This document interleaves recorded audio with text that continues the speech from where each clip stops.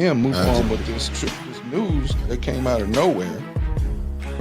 And it literally was one day they have a meet. From what I can gather, they have a meeting, and it said they tell the students and the staff that you have.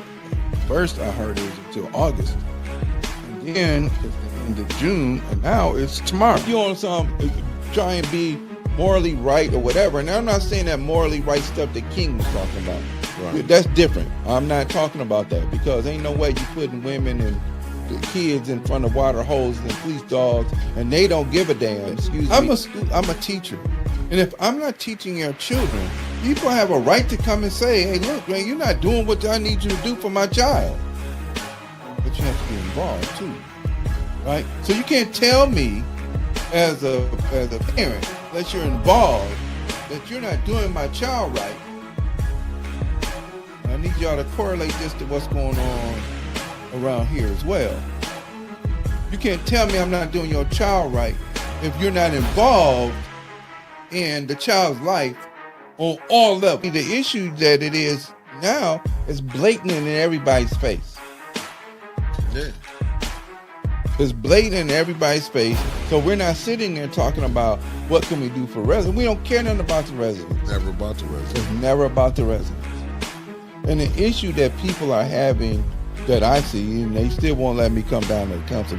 When I'm out of school, I'm just going to go. Be out of school in a couple weeks. I'm just going to come to one. I don't care.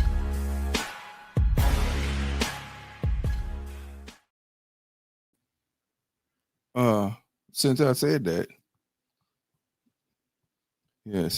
that, I'm free now, bro. We ain't going to number more rehearsals till June. No, wait a minute. Probably February, March. Oh, okay. So, yeah, we free. Good morning, family. Again, let me apologize. I got a case of jet lag. I didn't think it was that bad until this morning when I tried to get up, and I woke up early, and then I couldn't go back to sleep. And the next thing I know, I drift back off to sleep, and then here we go. But we here. It's your hot upper morning, bro. Family. We even in your family, inside your family, you have to start to build the leadership inside your family. We have no leaders. Okay. The last real true leader that we had that was uninhibited and uncorrupted that we know was probably Malcolm, Fred Hampton, and a few other brothers who didn't take the bait and sell out and or think that it was possible to work within the system in order to make changes with outside the system. That's a misnomer. Let's be real clear about that.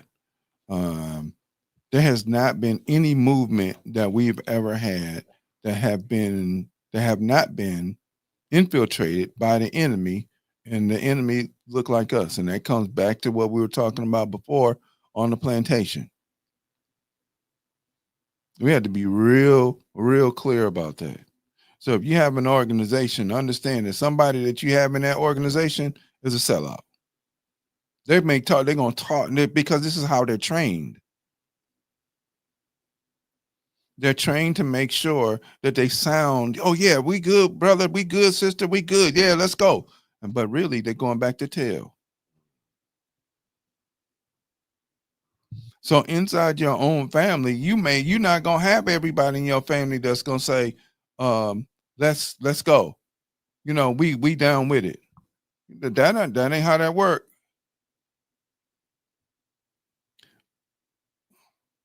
Never.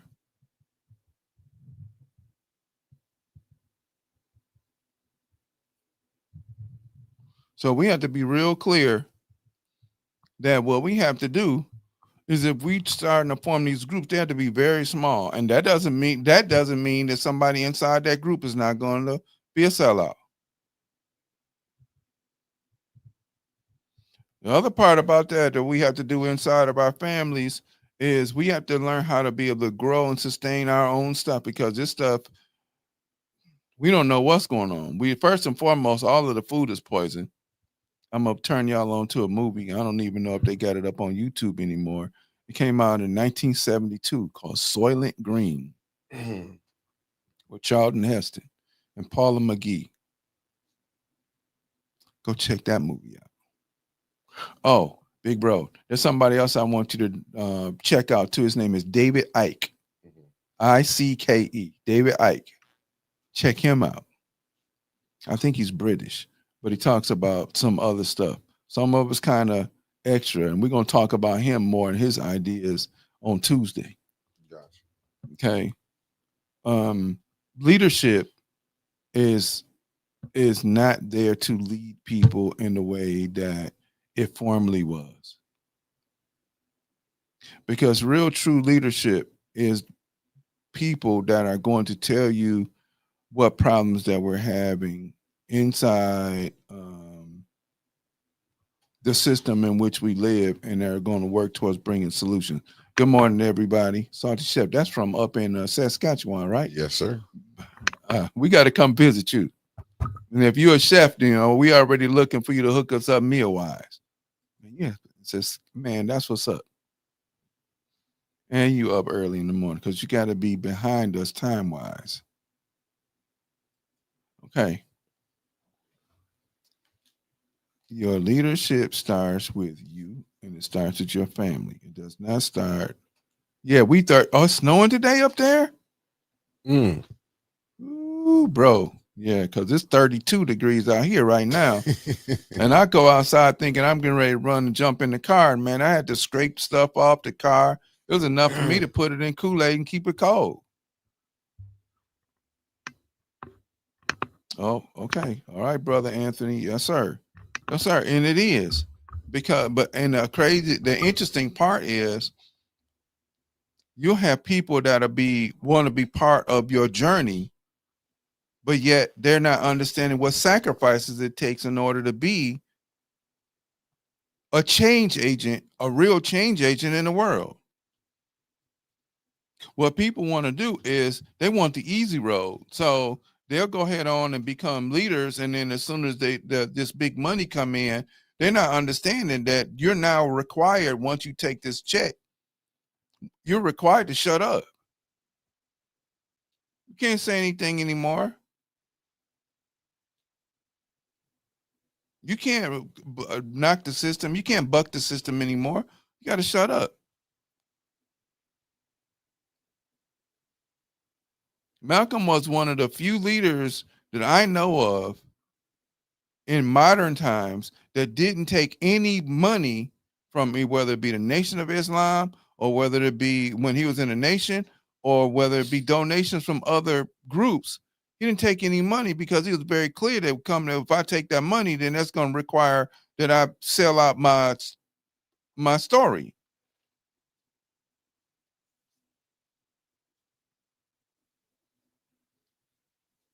Then I can no longer say the things that I want to say how I need to say them in order to wake people up and shake up, the basically shake the world up and say, look, we have a major problem here.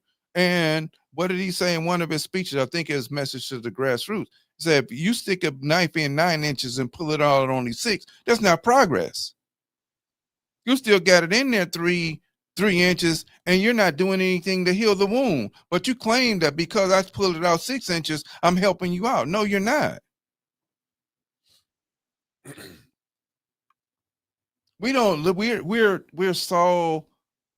been so softened by hold that up there. We've been so softened by the rhetoric that we've been fed that we made some progress because you give a few people crumbs that we no longer have to fight in this anymore. Sellouts are as natural as the rain or sun. Well, but we have to remember where they came from.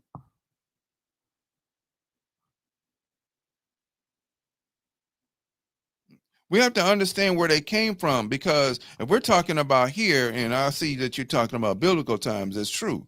But then you had those types of sellouts before. But see, in this country, we don't have a culture. Our cultural remembrance is very, very small. Everybody else takes our culture and they run with it. And we think that hip hop is a culture. It's not a culture. A culture has tradition. A culture has a foundation. And if we really want to, even if we want to expound on that, like, so with the last poets would be the foundation of hip hop.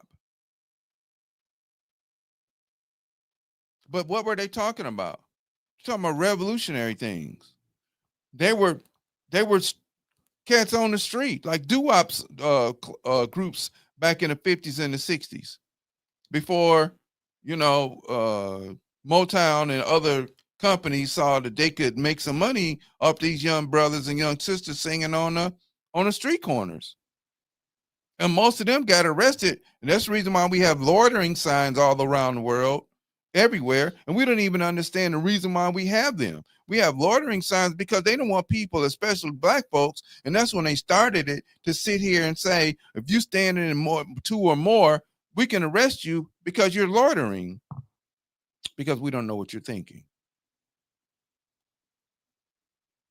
And that's what people did.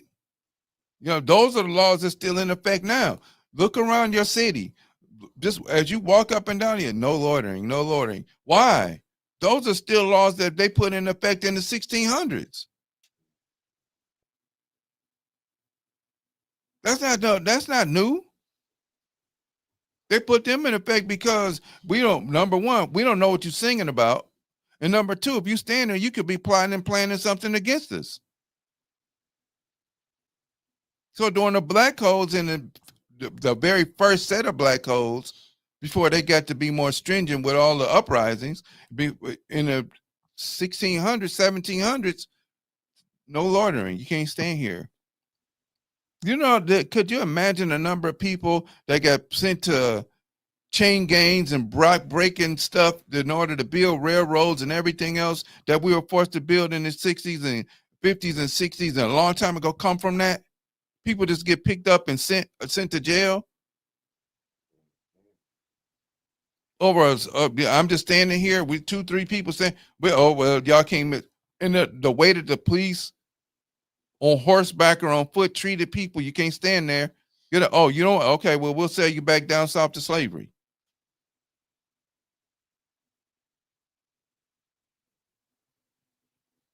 And that's where that law comes from. And these signs that still exist today that says no loitering come from that idea.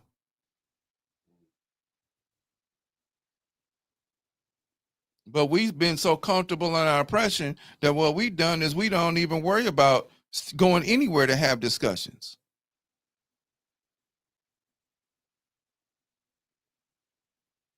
And to answer the last part of your question, Ms. Hutchinson, the trick is to learn how to identify them. How?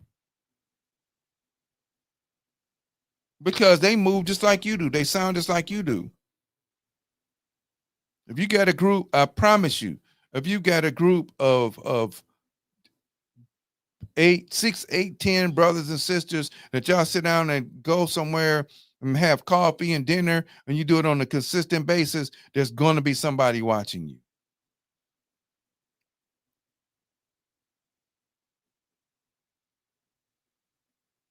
And the reason why sellouts, especially in this country, and especially dealing with us, have become popular and natural is only because of what happened on the plantation.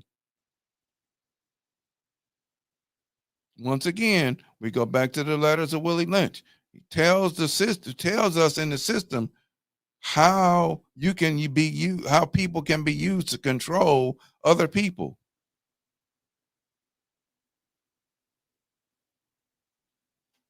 Another couple of books I want to recommend. One is called Black AF History. Now, if you're a reader and you're a historian, it's a decent book. Okay, get it. But it doesn't tell some of the stories the way that they're told from writers in the 50s and the 60s. But if you knew, get the book. I'm holding it up right now. Okay, get it. The brother's name is Michael Harriot. Sorry, my hand's in the way. Brother's name is Michael Harriot. good piece of stuff to have in your house. I prefer personally Before the Mayflower by Lerone Bennett Jr., but they're complementary. So get both. All right. And then another book that came out in 66 is The Strange Career of Jim Crow, which I'm sure you can still find it. All right. Add that to your collection. Let me see. Who is this by? This is by C. Van Woodward. And the last one is an amazing book by this sister. Her name is Nicole Hannah Jones, called The 1619 Project. I'm sure you had that book in your library.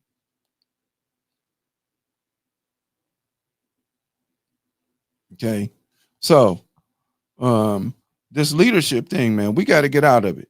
We have to get out of it. And if you're going to have people that are so-called leaders, and I don't care whether they standing in front of you in the mosque, the pulpit, whatever, the church, mosque, pulpit, whatever, they have to be people that are.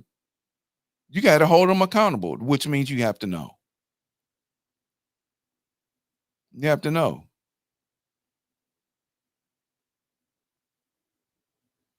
And if you don't know, then guess what they do is they get over all the time.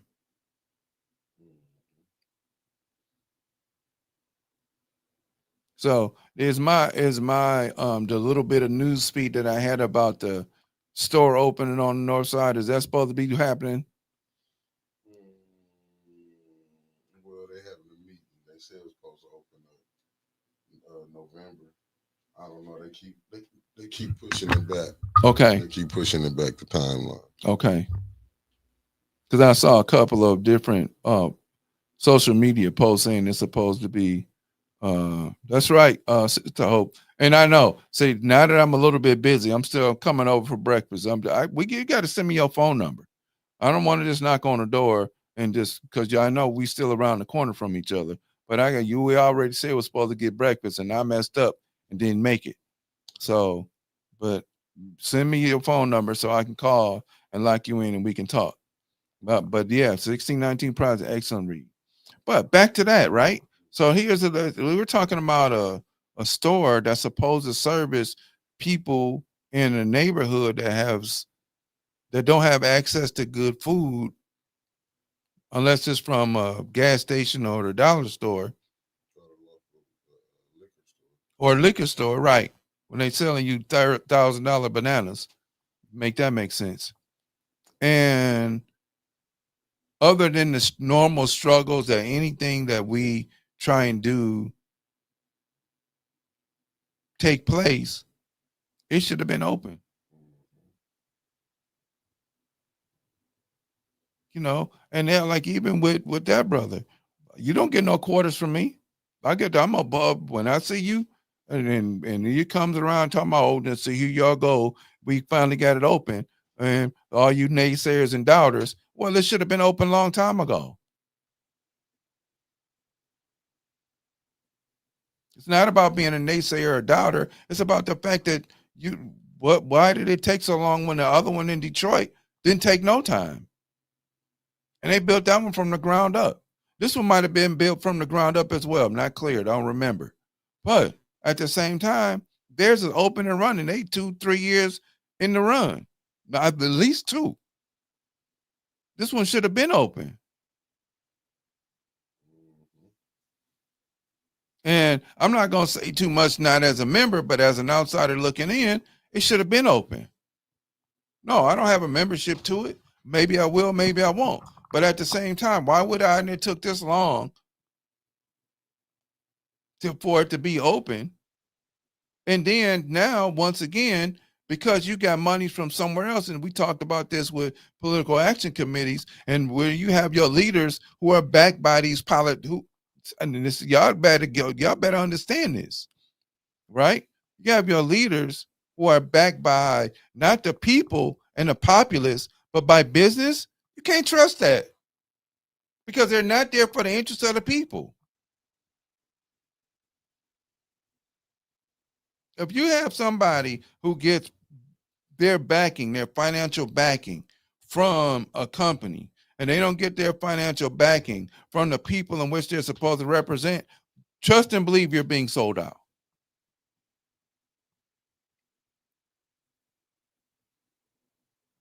They are not there for the interests of the people. They're there for the interests of the business. And it started in the 70s. Probably sooner than that. Could have been the 60s.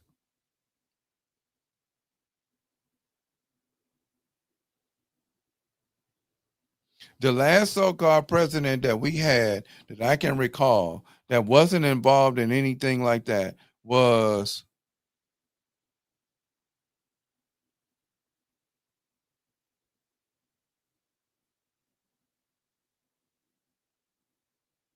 yes, ma'am. You buy, I got you. I'll buy breakfast. But you gotta send me your number so we can go ahead on and connect and reconnect. And you did. You're right. You did, because you should have called me and cussed me out, then I'd have come over to eat. But if I'm gonna say this again, the last so-called president, last president that was not in somebody's pocket was Kennedy. After that, when businesses could learn that they can manipulate the court systems, and then they also learned that they can manipulate the representatives, everything's been lost. It's all about money. Why do you think these people stay in office term after term after term after term after term, and they refuse to vote on term limits? And their excuse is, well, if you shorten the amount of time that I can be in office, I can't get anything done. But if you get FBI, what y'all call the FBI, friends, brothers, and in-laws, then what you do is you stay there and you use nepotism in order for you to be able to make the monies that you make. And then when you decide that you're going to retire, you've been in office all of this time, nothing's happened, and people don't complain anymore because we act like sheep and cattle. We act like sheep, not the black sheep either. We act like sheep that we're just going to go ahead on and go with the flow because there's nothing we can do. And that's one of the furthest things from the truth. This so-called government is supposed to be for the people, by the people. But we have to remember, even in that Constitution, and don't read the new one, go get the older one that was copied, okay? What's the difference, brother? Because what they say in there, we don't consider the indigenous savages, and we don't consider those that we call 3/5.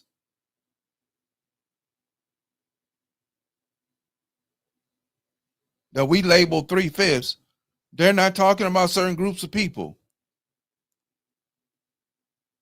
Because if they were, then we wouldn't have the Voters' Rights Act, the Civil Rights Act of 1875. We wouldn't have the Voters' Rights Act and Civil Rights Act of 64, 65. We wouldn't have to have the fact that we had to be voted.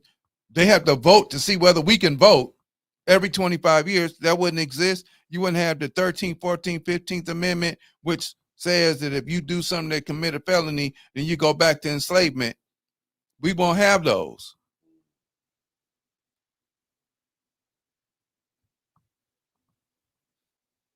Yeah, that's cold-blooded. Right.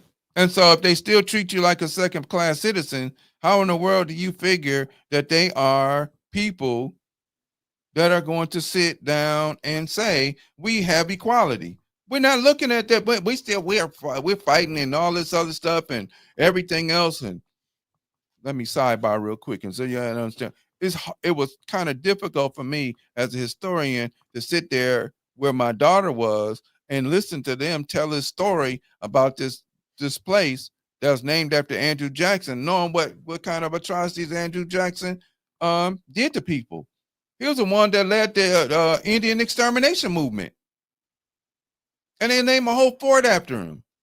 And I think that's the problem we run into, like when we really try to start telling history. And I think that's what a lot of people don't want to hear, because don't get it twisted. I get hell for the shows. Like when you and Brother Elliott, don't get me wrong. They like the other shows. They like it, but it's like people be like, I done got calls. You're kind of y'all, you're kind of radical. I'm like, what you mean radical? You know what I'm saying? It's like you kind of, and these I'm talking about coming from black people. Yeah, because they don't want to rock the boat. And Yeah. see, here's the thing: they don't want to be exposed, and that's part of the problem is where you get people that are saying, "I like the curveball you threw." You get people that are saying, "Hey, you guys are being radical. You're being this and that and the other." But people ask me all the time, "How come you're not a principal?" Because in the way I operate, the way I operate in the system don't go together. They don't mix because it's the best thing for the children. And if we have young people that are, number one, school to prison pipeline, which there is on Amazon Prime, if you got Prime, there's a documentary on it. Go get it. But we've been talking about this for years. Somebody just made it a documentary. That's cool. Not knocking it. But as an educator, I've been doing this for 30 years. I've been talking about stuff like this. Other people got mad at Bill Cosby when he came here a few years ago over at my talking about this. Because people don't want to rock the boat.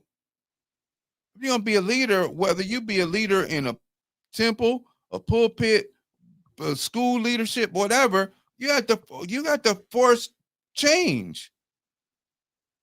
No, I agree. That's why I deal with you and Brother Roberts, because what you just said, it was hard for you to go, but this is the things that we have to deal with. It's like, so what? Because to us, what may be heroes to them is reminders to us what we came from. I mean, what our thing been here.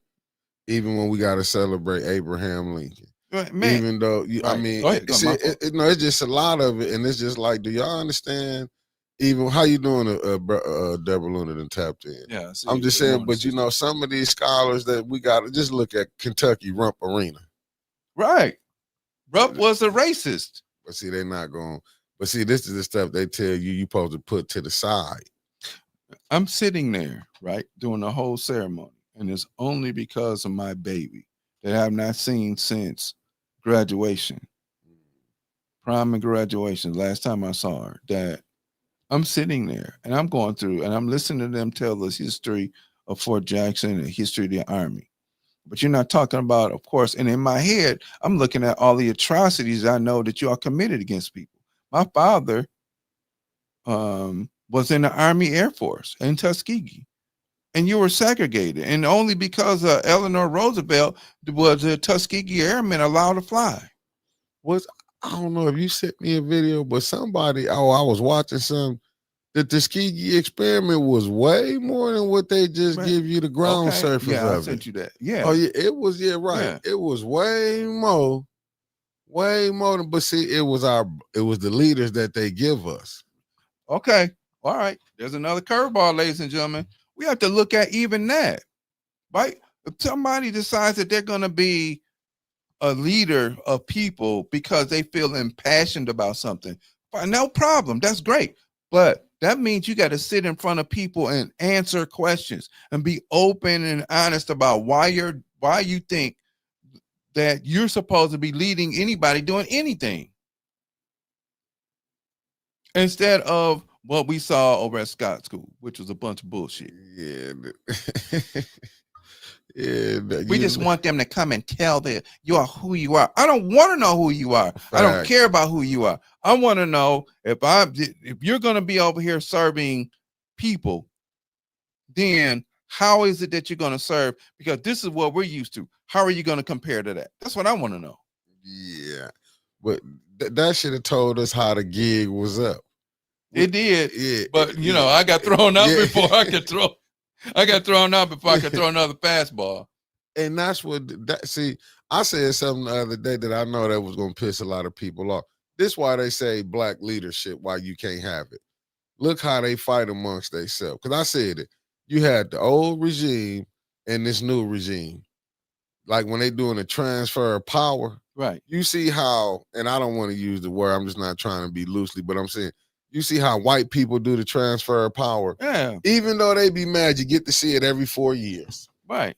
You get to see it every 4 years of transfer of power. Right. I'm not saying ain't no stuff gonna be done, but one thing they do agree upon, how to keep money in their neighborhood. Well, not only that, they also agreed that in transfer of power to people that we consider to be minority, you get none. Facts.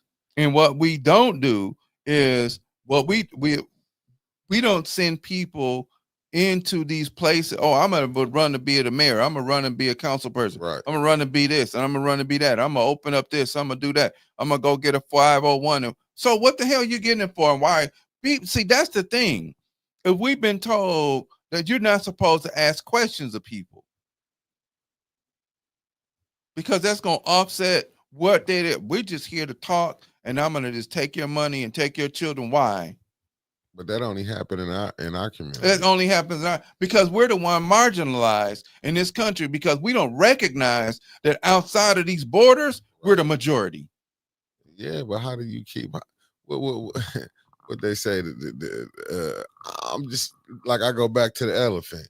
Just think about it. You had this elephant on a chain as a baby. As a baby, right? Then as it become an adult, you put it on the rope, knowing the rope ain't even strong as the chain. Right. But because you had him chained as a baby, when he couldn't break it, he didn't know the difference between the rope and the chain. Right.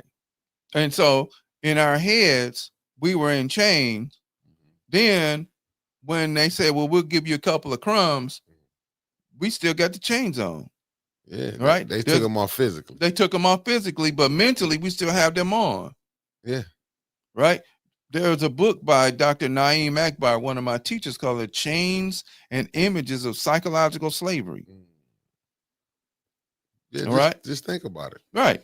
And there's another book by Dr. Bobby Wright called A Psychopathic Racial Personality.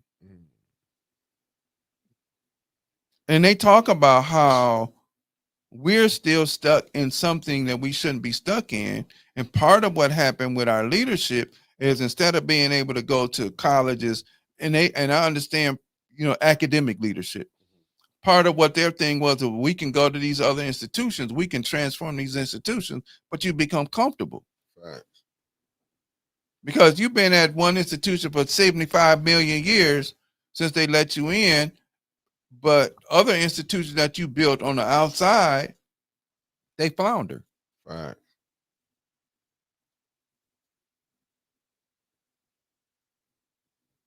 And see, Sister Hope, my big sister, said, hey, look, that's a hard pill to swallow, to find out that you got a history and a truth, that the reason why you got to bite this bullet. Right. When people don't understand the reason why Flint is going through what it's going through and was going through what it was going through, is because this is one of the places in 1966, 67, and Sister Hope's father and my father, amongst other men that were there, that started the house where no more redlining in the house, where we buy houses at, along with Mr. McGee, Mr. Vaughn, and a few other men that said, no, this is going to change. And I found that quote too. Okay. And I'll put it up for you. Remember this? Oh, it'll pop up in a second. I didn't get it, but I found it. Oh, yeah, I did send that to you. Yeah.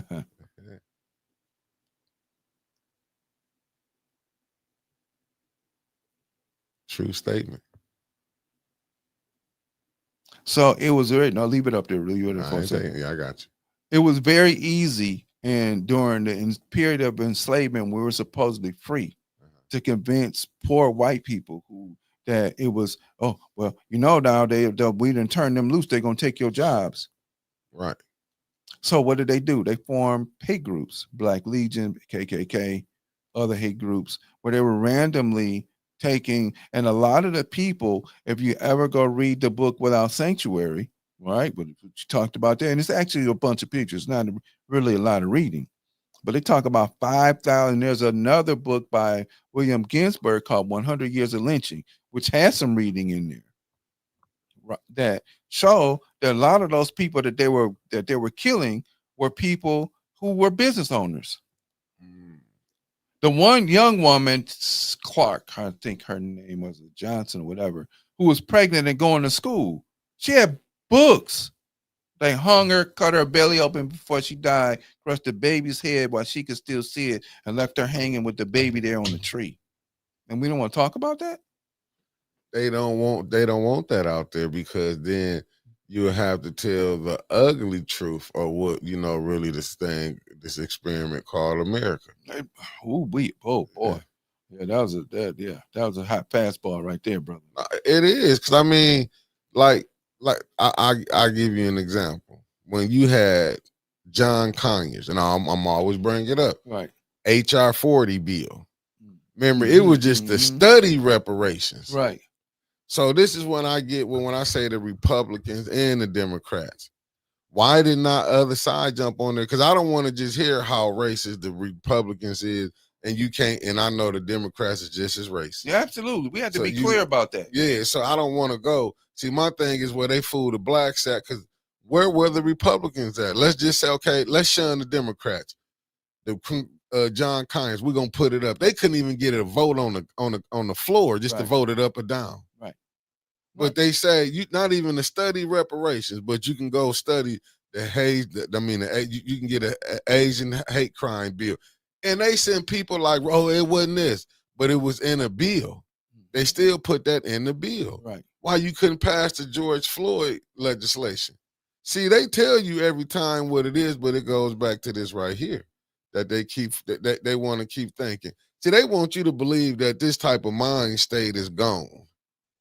This thinking is no more, you know what I'm saying, in Congress. But see, and it's very clear in the world right now, which is the reason why you talking about people talk. You gotta make sure you learn how to grow vegetables. It's an attack on people all the time that you're trying to get rid of. Right. You don't have a use for poor whites. Right. So now with this thing coming up and they talking about cutting SNAP benefits and this and another, who's that going to affect? Yeah, more white people on per capita. Facts. Okay. Per capita on welfare than you do anybody else. But you know what image they pushing? Yeah, they pushing the welfare. But that's propaganda that came from Reagan back in the late 70s, early 80s. Right. But they still want to say like that mind state. Like the mind state. That's like, a lie. It's over. We sit here and believe that mindset doesn't exist. Man, that's woven in the fabric of America. I'm sitting in the stands. They're singing the national anthem. I don't want to stand up. And I had an older Vietnam vet look at me, and I saw him, and then I met him in the airport later on. I'm glad I didn't see none of my radical brothers and sisters there to pull my card. Right. I saw him look at me. And I was like, well, this ain't the place right now, because you're really, truly outnumbered. Yeah, you got to pick and choose. I had to pick and choose my battle. Yeah. Right. So I took my hat off, and I did but I kind of crossed my arms. And as long as I stood up and took my hat off, he was straight. I mean, when you have to honor, you know what I'm saying? It's just out of respect. When and then I'm listening to my daughter, and I'm like, okay, we'll talk to you later on. Right now, I need you to go make sure you're going to be straight and make sure that I'm straight, so I don't have to go out there and be, granddaddy Rambo's grandfather or whatever right now. But long as you straight and ain't nothing happening, ain't nothing trying to pop off and all this other stuff, I'm good. If it do, here I come. Period. That's it. But I'm sitting there, and all of the history that I know about what's going on with this president that they named after this country, what he did to 100 million people, how he signed the bill, all this other stuff, how people were treated, going back to even, listen, Ali Sadiq was here at the Capitol last night. I like him as a comic. Yeah, I'm starting to get hip to him. Yeah, I wouldn't go. Because that's the same place that my father got disrespected. Is it, man, you can hold it on. You damn right I'm holding on to it. I'm going to say something else. My fault, I caught it. You damn right I'm holding on to it. Because once we continue to forget it, facts. And that's part of our problem. Well, that's the past. Has it changed? We the only ones supposed to forget it, because you know why, don't you? Yeah, of course. Okay. But do you don't tell the Jews to forget the Holocaust? They gonna tell no other people to forget what they go through. Right. You don't tell the Congolese to forget Leopold. I ain't gonna tell them to. And they remember, and they're going through transformation, change and transformation now because they believe in a different system. They forget that 60, 70, 80 years ago, you had a man cutting your hands off for not producing enough rubber in your country, or cutting your children's hands off while you're watching, or killing your children while you watch, and still forced to go to work. And we're not talking about 200 something years ago. No. You're talking in the 1920s. We're talking 100 years ago. See, but that's the ugly truth. They wanna hide. I remember when, even if you go look at over in England, look at the Crown, what they did, man, the royals, right? See, but and people not even understanding Meghan Markle catching hell. Man, shoot, why, bro? They running her. And first and foremost, you weren't a virgin. Second, you half black. Why? And they looking at, but see, here's the other part about that. They forget that Queen Charlotte was a black woman. They gonna always whitewash that it's for a reason. And she wasn't no fair skin, like I'm fair skin, you fair skin. Right. No, she was dusky. She was dark. They do not want that in the history. Okay, that means your queen has some black blood in her. You can't whitewash. You can't take that gene out. But they trying. Of course they will. Yeah. It's no different than what they doing on the pyramid walls and trying to paint them to look something different, and they're not. Yeah, I mean, you like this. That's why. What's up, me freak? When you looking at Connie, thank y'all for tapping in this wonderful morning. But when you see it, but they still don't want. They want to say this racist mindset that America was founded on. See, they don't want to say the truth that America was founded on this mindset. You gotta understand. Blacks was considered 3/5, which is in the Constitution. And then, like you say, why every 25 years? I hear people they don't do this. No, won't you just make it legal? Just write a bill. Why you can't get a bill just wrote in? Why are we even gonna play with this every 25 years? Yeah, you can simply write an amendment to the Constitution. If you consider indigenous savages and 3/5 people part of your union, and you don't. So therefore, we're going to vote on it. And we are using any examples, the reason why to put them back into an indentured servant position. Right. Which is the reason why are we not teaching our children and having, man, hey, look, if you can't make it here, get you a plane ticket, go to Africa. Get you a plane ticket, go to South America. And I get people, and this, oh my God, this bothers me. I'm glad we talking about it. How in the hell, unless you're going to Paris or England to go steal some artifacts back, why the hell you going over there to visit like it's some goddamn place to go visit when you from over there? Because we want to be in denial of who we are. If I go to Paris, trust me, if I'm going to the Louvre, there's going to be some, I'm going to be in jail. We're going to be doing the show from jail because there's going to be some artifacts that I'm trying to send back home. You know what I'm saying? But we sit around here. I'm kind of busy England. I'm going to go visit Paris because it's more ethnically pleasing to me. Good morning. No, but they'll tell you that this mind state, like that state of mind, is gone. That's even when you can become a police. If you understand why you think you can have a black man become a police officer and be in there and do the same thing that we'll blame a white officer for doing, but can't see the difference. Yeah, look what happened in Tennessee. Man, 5 brothers beat the hell to death out of a young black man just to prove that you belong to them. There's a brother here that I know that he's a police officer. Mm-hmm. When I had to whatever and chase somebody, then I punish them for your job is to catch and their job is to get away. Right. That don't mean that you get to throw extra licks in because they made you work. Right. But if we put things in place where young people had opportunities, whether it's I'm going to stay here and work, whether I'm going to move to another city, another state, or another country, we don't even do that. We built this and we were forced to build it. We didn't do it willingly. Stop believing that bullshit too. Right. Stop it. Right. We were forced to, under duress, rape, killing, you name it, whatever way that they could get us to conform, they did so. And then when they gave us a crumb, we didn't share the crumb with everybody else. But see, that's why they want to See, and this would really just pisses me off with, but they say that the victors tell the stories Absolutely. because they don't want. Like, why you think right now it ain't? See the difference with this generation compared to the old generation. They didn't care about putting it out there because this is how we got them books for the 100 Years of Lynching of America. Right. See, you got these ones like, hold up, we can't let the world know we did like this. We just gonna brush it off. Why you think they wanted? Wanted certain words out of books. They don't want to say, they don't want to call it slavery no more. Right. You can't whitewash the truth. And see what even at that, if they decide to make that move, what move do we make? Right. The move that we should make is, and one of these days we're gonna start our book club. Yeah. Because it's just been, and I got to catch up with my sister to see when we can, do that if she has time. If not, right. Then we'll just have to make it do what it do. But I want people to show up. I don't want. Well, you're not doing a bunch of video unless you live out of the city. Right.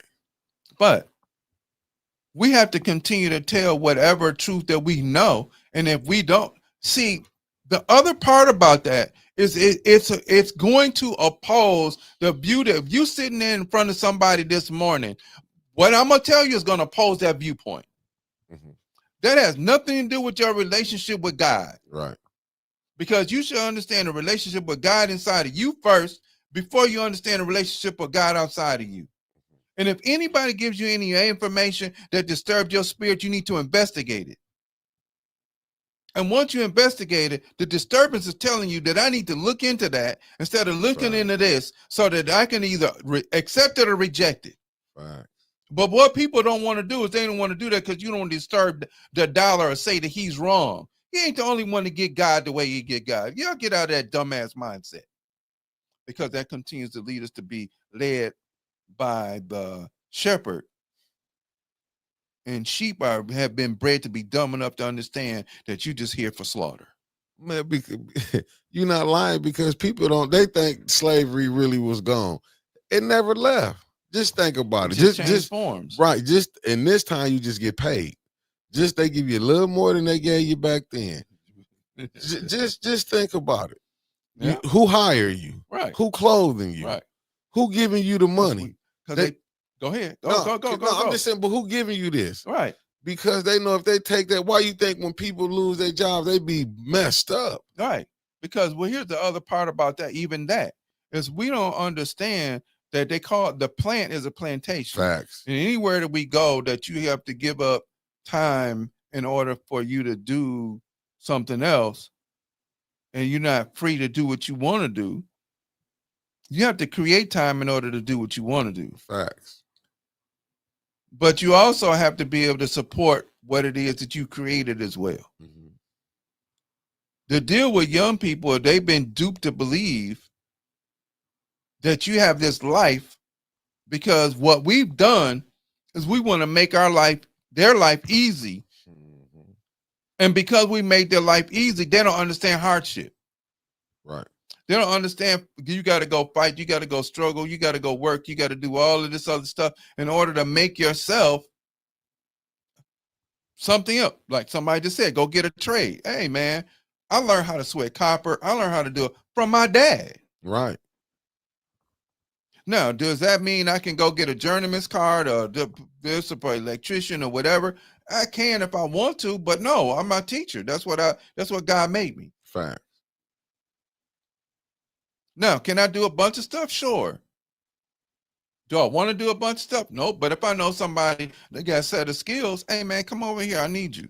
And I know I have to trade their time for some money or whatever, depending upon whatever the situation is. But I'm also one of those persons that's going to talk, hey, man, what's going on in your life? And if this is going on in your life, then I need you to, let's see if we can do something different to help you out. You know what I'm saying?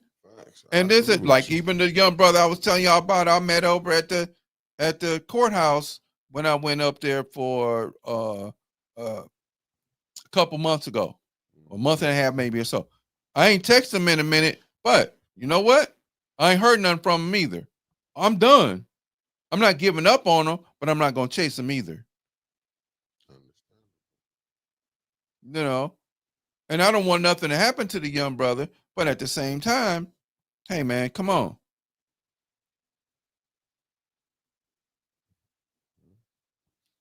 But new one, we have to understand this. Remember this, right? We have to remember this. Young people are not being forced to think in terms of doing something like that physically, because if you look at the propaganda and a BS on social media, they figure they can be entertainers. If I get one hit, I'm get us up out of here. I can do this other stuff and everything else. Okay. You're absolutely right. Trades, apprenticeships, all that other stuff. But you have people that know certain things that don't want to train people that want to be act like they disrespectful. Oh, why I gotta work? Why I gotta do this? What? Well, you ain't gotta do nothing. But get out. Bye. You don't have to do nothing.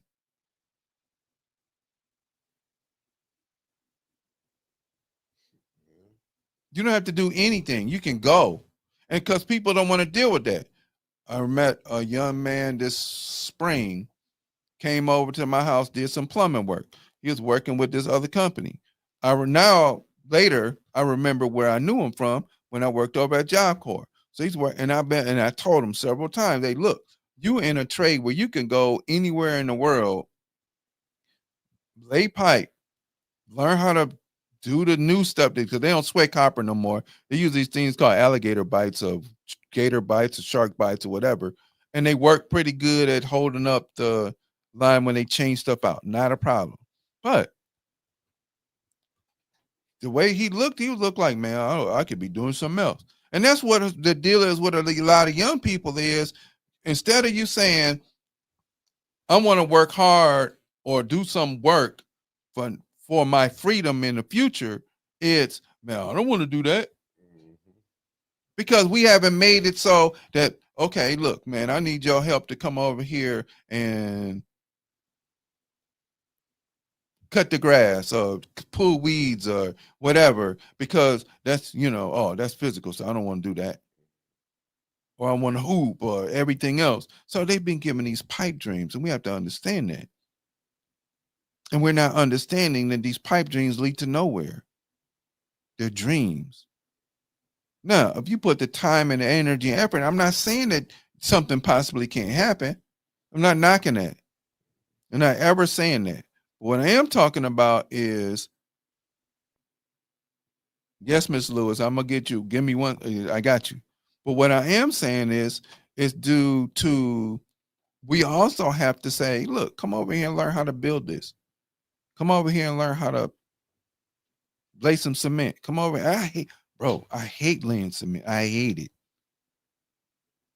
But I'll do it. If I need to get it done, to get something done, I'll do it. It's not gonna be, I hate to, and then that. No, man, what am I gonna pay somebody $2,000 or $3,000 for when I can do the same thing on my time and go buy the material by myself and then go do it because I have the capability and the knowledge to do so. Or you could go get ready form ones already, and then, okay, well then, but how much it costs? Oh, $250. Well, when it take me $50 worth of cement to make my own and some time. But I learned how to do that because I had a father around me, and somebody just made the statement that we had a father around me and say, you don't learn how to do these things.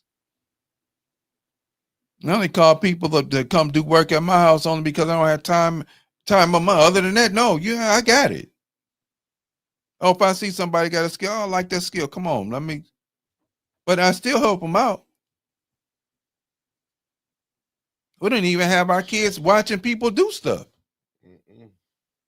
whether you learn it or not. And I do agree with Mark Hutchinson. I think with the fathers, I think it became a disconnect. Absolutely. It had to be between the mothers and the fathers. And I'm just gonna be honest with you.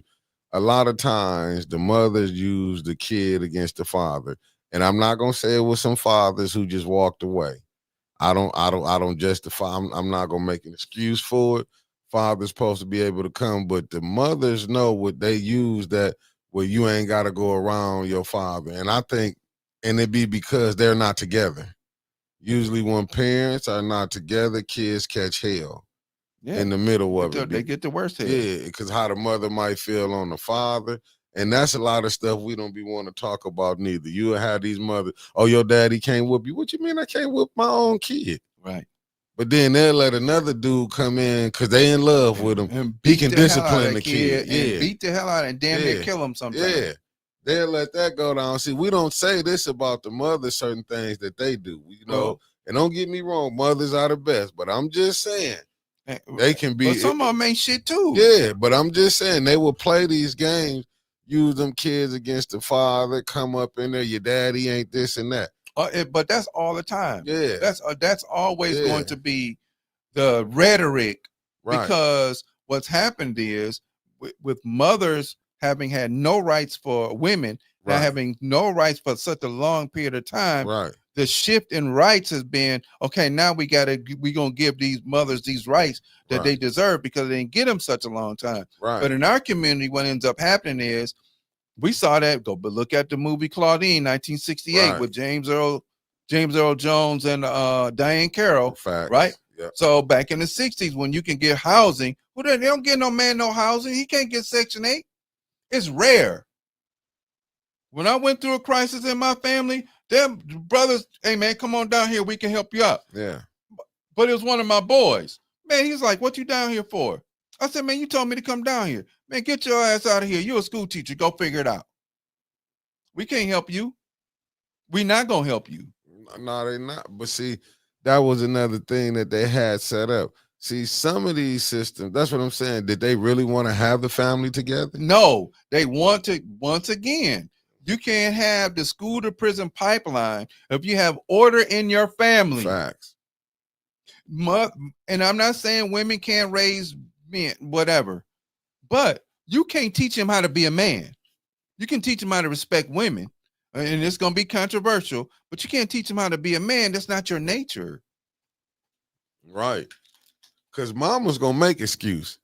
Oh, they made my baby do this. No, they didn't. That's like that bullshit that happened in Georgia, and them 3 kids decided they're going to get out and break into people's houses at 4 o'clock in the morning, and the owner was there protecting his house and his family. And they want to sue. Oh, he's a good kid. He did. Why the hell is he out 4 in the morning knocking on, breaking in people's houses with guns? But you know, Granny gonna make excuses too. Well, see, grannies and mamas is wrong because you can no longer keep that child close to your chest when he's 13, 14 years old. And you know, look, there's a 15, 16, and 17-year-old that did it. And another one's a 16, 17, 18-year-old.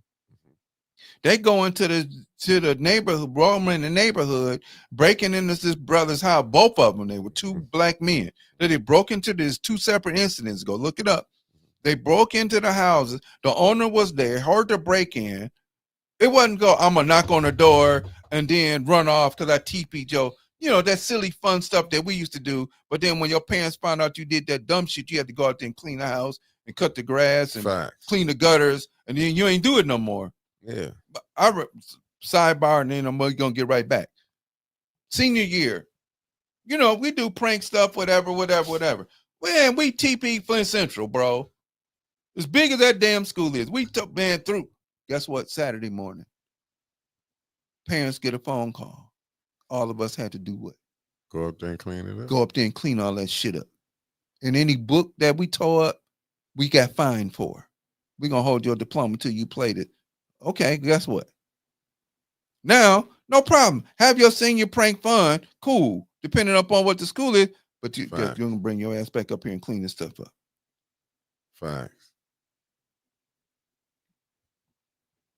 In that instance, the system clearly made a delineation between what we can do for mothers as compared to what we're going to do for fathers. Right. They clearly said that if I just told y'all, and I've repeated it, and I'm repeating it again, Goldman Sachs has $10 billion set aside for Black and minority women who run organizations.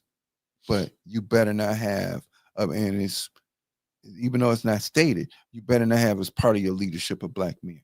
They're clearly set up for Black women, Goldman Sachs, $10 billion. But but you better not have a black man as part of your organization that's gonna make decisions. Right. They don't have $10 billion set up for black men. I mean, Okay. but it goes back to the divide and conquer. And we don't recognize that because now, because of women entitlement and women fulfillment, not knocking it, beautiful. Facts. But then how come you're not willing to share within your community the fact that, hey, look, I got this pool of money. We can do this with this, take care of all of our business, start this organization, and we can get paid. There are very few men, and I could be wrong. There are very few men that we act like, oh man, I don't give a damn about them kids. I don't bump them. There are very few men that act that way. Right. And we're forced to act that way. But and a lot of times we hide it because it fucking hurts to not have your children around. No, I'm saying they highlight the ones that they highlight the worst. They did, but they do that on purpose. That's part of the propaganda. Yeah. Right? They do that on purpose where we're going to say, well, we're going to focus on him because he's the one that says it. Meanwhile, you got 6,000 other brothers that say, I want to be in my baby's life. We don't even talk about the fact that after we were so-called free in 1865, men would walk around with pictures of their daughters and sons and whatever, knocking on doors saying, have you seen this Miss Ann? This is my daughter. Have you seen such and such? This is my son. With pictures and pictures and pictures. Thousands of men, hundreds of thousands of men, millions of men looking for their fucking families. And we don't even talk about that. So now the misnomer is men don't care about their children. That's a damn lie. We always looking for our children. We always want to be in our children's lives. But see, when you're doing this, what do they call that? A psyop. They want to put that out there. Just look at the image they give out there. Oh, drug dealers, like what Bill Cosby was doing. They didn't want to show an American family. Even you look at the Martin show. Even when Martin married Gina, they didn't want to have a show that you seen people doing, like you seen the black male. Just think about it. Like even with them getting married, even with what Bill Cosby was doing, different strokes when showing the college life. Right. Even showing like living singles. Right. They never want to show that. They always want to show us like, oh, we partying or, you know what I'm saying? It's never in a positive light. But that's our fault because we had a producer named Oscar Michaud that showed us in a positive light all the time. Yeah. We had another actor named Paul Robeson said he wouldn't play these roles that look like this. So they only gave us really 3 or 4 roles to play.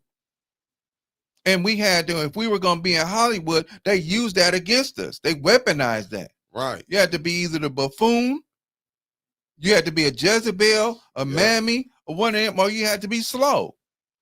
Yeah. Stephen Fetchit had an IQ of over 168, but he had to play this particular role in Tim Moreland. He had who played with the white man who act like a Chinese man and Charlie Chan for us old folk.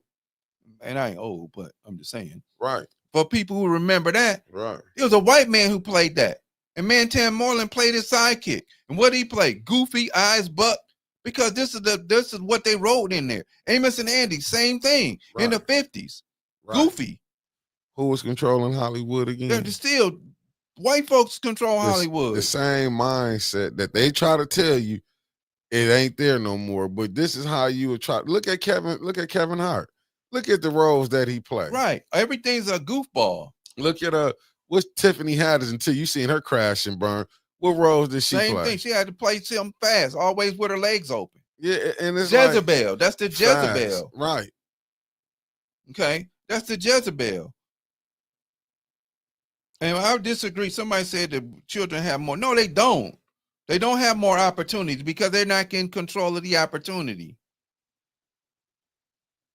They may do some stuff cyberly, whatever, all that other stuff, and become, oh, look, I ski, or I do this, or I do this, and I'm videotaping stuff, and I'm telling you how to do this. But that gets co-opted as well. We're talking about unique opportunities.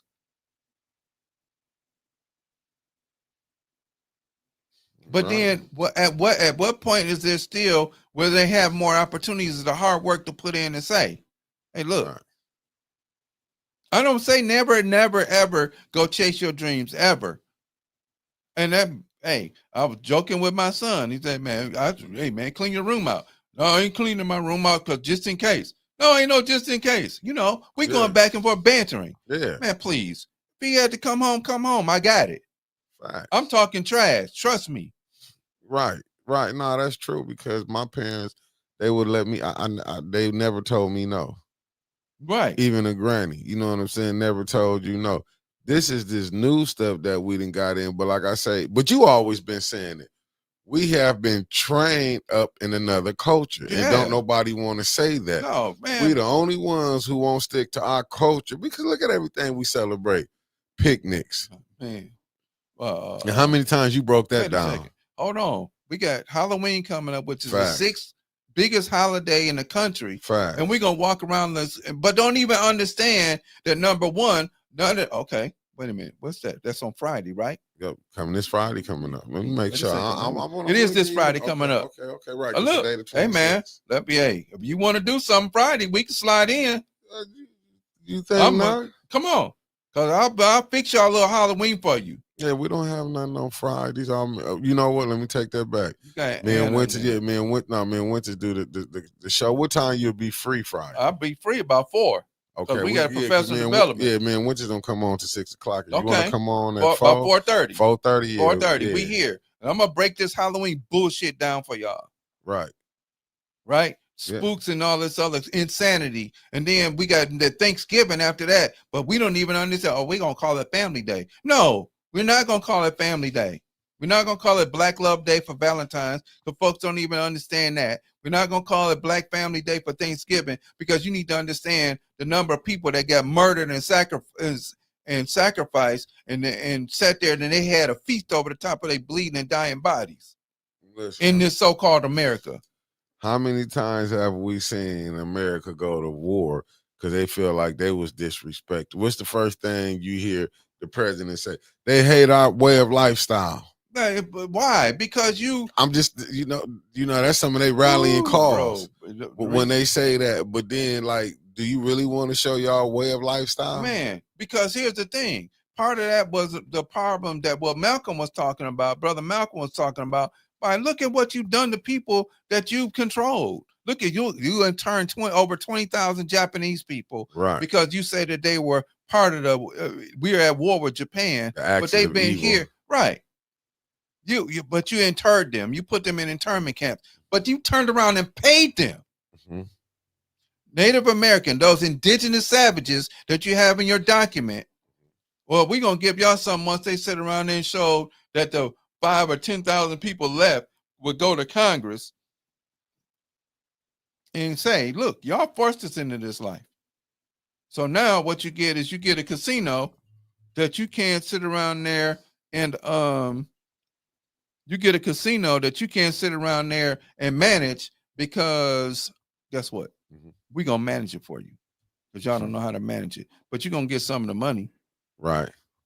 You're going to get a little bit of the money, but we're going to manage the casino for you. We got some checks.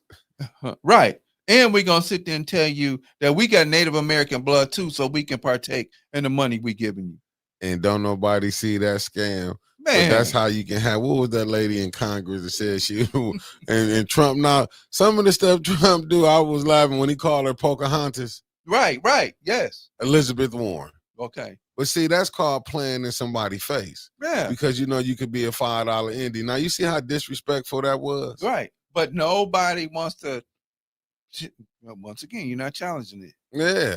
You're not challenging it. See, and that's the type of stuff. But then we had a Rachel Dolezal. Remember her? Yep. You're right. Who said she was a black woman and wasn't for the end and ran the end up, was the head of NAACP. And that's the point that I'm making. See, but when you can have, when a person can usurp and say they you and not you, like I'm just saying, how did you become? See, that's the game what they play. See, it's just the game that they play. But then at what point in time, and somebody just said that earlier, did we bet to make sure Rachel Dolezal wasn't there? Then nobody. You know why? Because they just went with the go along. Right. And so she promised some things that she couldn't deliver. And then when they found out, now all of a sudden we want to throw. But how long was she in charge? She wasn't in charge of the NAACP for a week or two, and you found out she wasn't black. But just She go. was in charge for a long period of Yeah, time. but look at the mind state. Like you said, we ain't got no leaders. Look at the unconcerned pastors and them other foolish Here we Negroes. go. Look Let's what see. remember. We watched the World Series last night. Man, he throwing fastballs up this way. I might be trying to get a complete game. Because look at the mind state of these so-called black leaders. Said, we got to put Melissa Mays. We need a white face on the front of this. Whoa. Yeah, you didn't know that, did you? Yeah, the concerned pastors and the other blacks that was in that leadership said we had to put a white person on the face of this water thing. Yeah, oh yeah, you didn't know that? No, bro. Oh yeah, listen, brother, I remember being sitting in them conversations. Matter of fact, she the one who had told me that herself too. She was like, well, they needed a white person. I'm like, huh? Yeah, man, Melissa Mays. Look, dude, when you the producer and you have to record these people, you have good conversation with them before the shows and after the show, because people like to talk and I like to listen. Yes, sir. Yes, sir. So I was listening when she was saying this. Then when we'd be in them one meetings, doing this one the campaign of 2022, and I'm like, damn, this is the same rhetoric y'all been used. We had to put a white face on it. I'm like, damn, you mean to tell me y'all didn't know how to sell it without you couldn't use y'all had this the route. Like I said, even she knows she was used. She told me this. She might don't want to be real with it now, but I guess she, when they got what they wanted, it was worth being used. Because they figured they was going to get more if they had her tears than having the tears of a colored. Right. Which was affected more than anybody else. And this show you the mind state of the leadership that you have in Flint. And see, this is not, and I think Sister Winter said this too, this is not the concerned pastor that we had when they first started the concerned pastors. The concerned pastors were people, he throwing some, this is almost a complete game. He was watching the Dodgers yesterday. And watched a little bit of it.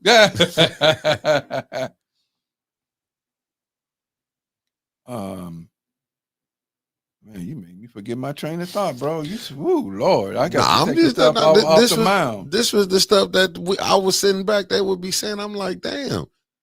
So you mean to tell me, 70 to 80% black city, you refuse to use anybody, even though they tried to use Miss Flint because of that. But because she wasn't a little white girl, and no disrespect to anybody. No, we because we got white supporters. Let me put that out there. Yeah. I mean, we just telling the truth. Ain't nobody do whatever. Right. If you feel some sort of way, go look the facts up yourself. And then, we can have a discussion. I'm not saying anything black, white, whatever. Right. But what I'm saying is, why would you if you put the face of a white woman up there, white girl, and you believe that that's going to garner you more support, that's a problem because it didn't affect the white community. It affected the whole set of community. So you should have put an Oriental person up there, a white person up there, a black person up there, a Hispanic person up there. That's what the community and the Arab. If you want to put them all up there, then you use those faces because it affected the whole city. But see, you got to look at that black leadership. It was never about helping. They just saw a scheme. That's why I think the black shit, when I said you see the transfer of power, but they should have been like, okay, the past administration, you won. It wasn't posted, we finna dog them out. We're going to keep things rolling for the blacks. You know what I'm saying? We got a chance. If we doing this, we can run this. We can do this, but yet, that's why you got a person. Thank you, Deborah Luna, for the $5 super chat. Ignorance doesn't have a skin color. Always been my feeling. But the difference between the level of ignorance that we're talking about is people that want to ignore the fact that these things actually happen to groups of people. Okay, so I'm going to give y'all a challenge. When we sit around here and have Thanksgiving dinner or Black family dinner or whatever you want to call it, make sure you watch a documentary on the Trail of Tears. And you ask them, who had to walk over 1,100 miles, you ask them what they think and feel about talking about celebrating this. If you sit there and after you watch that documentary, go find another documentary that talks about the African people who were forced marched from Virginia to the Gulf of Mississippi, almost 1,600 miles. That when they died, they were left there on the ground, on the trail. And what the roots of the trees did, and they're still visible on the trail, what the roots of the trees did was they became food, and some of the bone is still there. Talk to them. And it's not about being ignorant. What I mean by being ignorant is not wanting to know. Mm. That's what I mean by ignorance. Right. That's why I agree with Mark Hutchinson. He put it exactly what I was trying to say. To me, it looked like they put Melissa Mays up front because they thought it was easier to get the money. Absolutely, yes. And that was the main concern of the pastors. Yeah, right. Thank you, New One, for keep telling the truth. That's what I was saying for the $5 super chat. See, and that was that mind state that they had.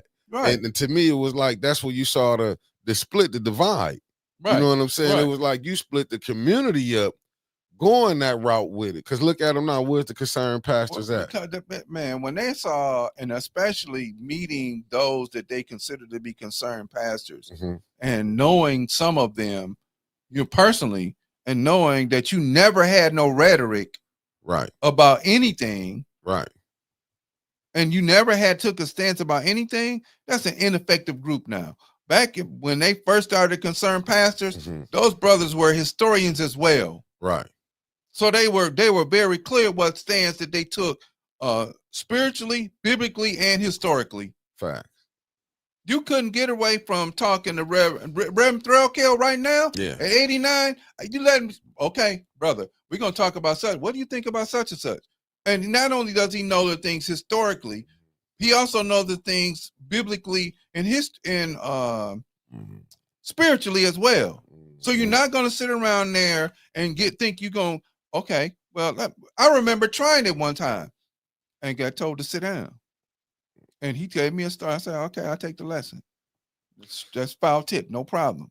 I had to get on my game. But what had me frustrated with that, they don't speak up. They go along with the get along. It's like they see it, they be like, well, you know, because believe me, him has some great, beautiful debates. Right. Because it was like, I ain't gonna lie, Reverend Threlkill, and that's my guy.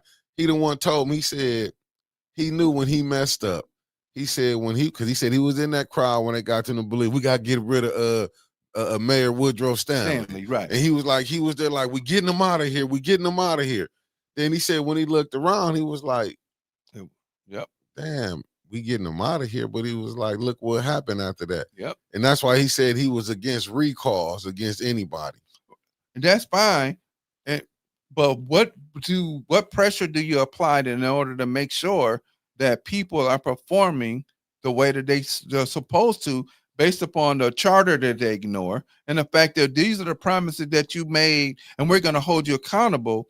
But these are promises that you made to the community in which you say you're serving.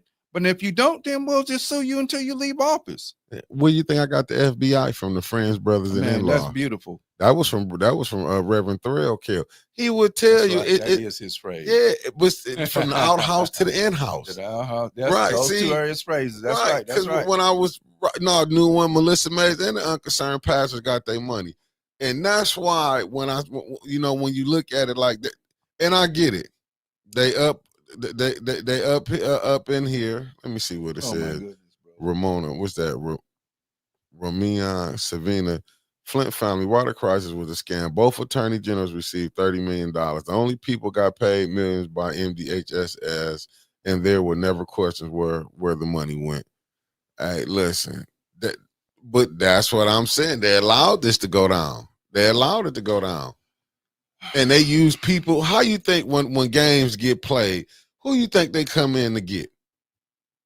They come into your city, they buy your people off. Why ain't nobody understood that book, Jordan Sheraton? And I understand why she got some disagreement with Jordan Sheraton right now. When he told you your activists went in there with these billionaires and come out with a different mindset. But that's true though. Yeah. That's true.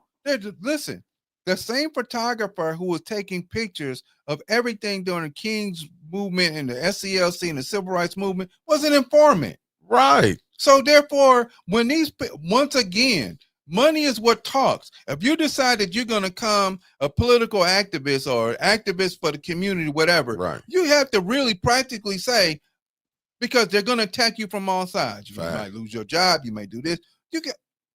Malcolm was a prime example. Others after him have not been examples because they had a foot in the pot.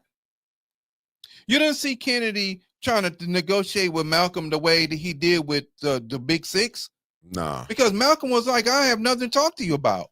Right. We want to be separate. Leave us alone. Give us the resources that are necessary in order for us to heal ourselves and become independent. Since you don't want to be bothered with us, that's not what the Big Six did.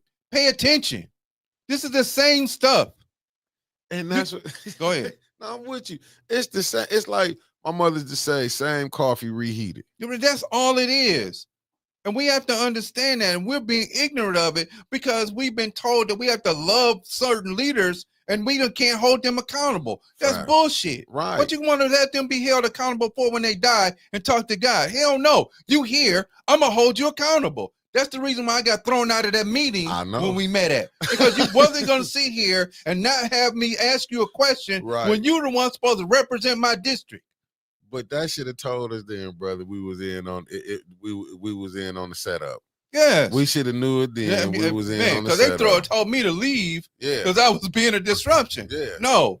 I asked Michael Clack questions. Yep. I asked the other sister running for the other Senate seat questions. The other person that was running against Clack, she wasn't there. She didn't have to show up. She didn't feel she had to show up. Facts. The people that was running for 7th Ward, I asked them questions too. State Rep Cynthia didn't show up. No, she did not. So why the hell we supporting it? And this was crazy. I just seen on Facebook, man. Let me go back. Now this is the type of stuff that throw me off with these people. This is what throw me off, man. And this is why I say we've been folded for the game. They didn't make no beef about not coming in. That them people didn't have to. Dude, I'll be hurt when I see this stuff. Let me see. Let me find it. I'm telling you, man, I'll be hurt. Let me do it like, man, I'll be seeing how she can show up to these different what's her names. And it's like you can show up to these, but the state rep can't show up. She can't show up to things that affects like this. Don't get me wrong. Let me find it where she was at. But she can show up to this, though. Let me show y'all where y'all state rep was at. Let me show you where the state rep in America can show up at. Let me do this right here. Let me show you where they can show up at. She can show up to this type of stuff, right? When they giving money for Latinx at, she can show up to this. Over there, she showed up for that? Yeah, she can show up for that. I saw that picture. I got her. She can show up for that. I see her right there. She can show up for that, but that's what I be meaning. But that's $2 million? Yeah, $2 million. For them to do some work over in the community. For the Latinx Technology and Community Center. Okay, but if we wanted to start a community center, we don't get shit. Listen, man, they on their job over there. It just blows my mind that the state rep can show up for this. And then show up to debate or give position about what her position was. Right. You know, she was there for Latinx. I'm just telling you, this is how they play in our fest. I get what you're saying on that one. Said didn't show up to, let me go right here. I'm gonna see what you talk about. Said didn't show up to this one, right? No, was she at this one? No, she wasn't at this historic opening for nothing. At Levels, though. She didn't show up for this one. Because I was looking through the pictures. You know that she wasn't there for this one. Downtown. Yeah, downtown, the Dink Sosa them that opened up. Right. She didn't, but even her husband showed up. Now, you know, he didn't marry, he showed up, but she didn't show up for that one. This is the type of stuff when I say, and that right there, and let me be honest with y'all, family, and that's a conflict of interest. How can we go to the state rep on the stuff that the mayor is doing? Because that ain't got nothing to do with nothing. They married. Right. Her position as a state rep and his position as a mayor is irrelevant for showing up for opportunities to give, you know. But if you over here trying to garner the Latin vote, Yeah, see how happy he was. Look at the mayor. He's screaming out there for levels. Where the missus at? She couldn't show up to that though. But he usually, it's just hard that we call these people so-called these is our black leaders. But they're not leaders though. Right. They're not leaders, and that's the thing. As we keep on getting caught up in things that are popular, we keep on getting caught up in things that make people feel good instead of being very clear and very hardcore about stuff that it's like whoa. Okay, hold on, Miss Deborah. Give me, I want to hit that. Okay. That it's we are not students anymore. So our ignorance is bliss. And Miss Deborah, I understand that you're saying that ignorance comes in all colors. It is. But if your community is getting devoured and destroyed, we no longer can be ignorant. We're choosing that.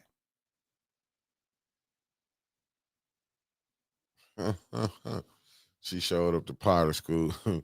Right. Gretchen Whitman To sign was the up, governor. to sign some sort of agreement over there at Potter School. For what?